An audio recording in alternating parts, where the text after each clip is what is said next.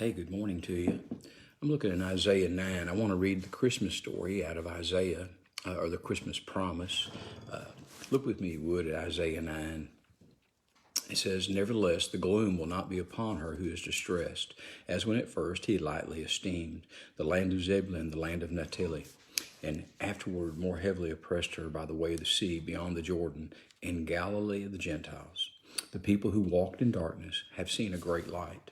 Those who dwelt in the land of the shadow of death, upon them a light has shined. You have multiplied the nation and increased its joy. They rejoice before you according to the joy of harvest, as men rejoice when they divide the spoil. For you have broken the yoke of his burden and the staff of his shoulder, the rod of his oppressor, as in the day of Midian. For every warrior's sandal from the noisy battle and garments rolled in blood will be used for burning and fuel of fire. For unto us a child is born, unto us a son is given, and the government will be upon his shoulder, and his name will be called Wonderful, Counselor, Mighty God, Everlasting Father, Prince of Peace.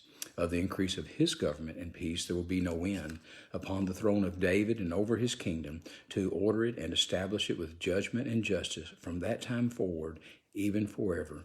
The zeal of the Lord of hosts will perform this." You see, Isaiah prophesied about the coming of the Savior to a people who were in dire straits, to a people who were in distress, to a people who thought they had no hope. Today, we need to share that story again about the light that has come and shined on us who live in the land of the shadow of death. No matter what's going on in our society, no matter what's going on in this world, God is still in control. God still has made a promise. He fulfilled it on Christmas so many years ago when Christ was born. He completed it so many years ago when Christ died on the cross and arose again on the third day. And he's now seated at the right hand of the Father. He's making intercession for you and I, for all who will call upon the name of the Lord.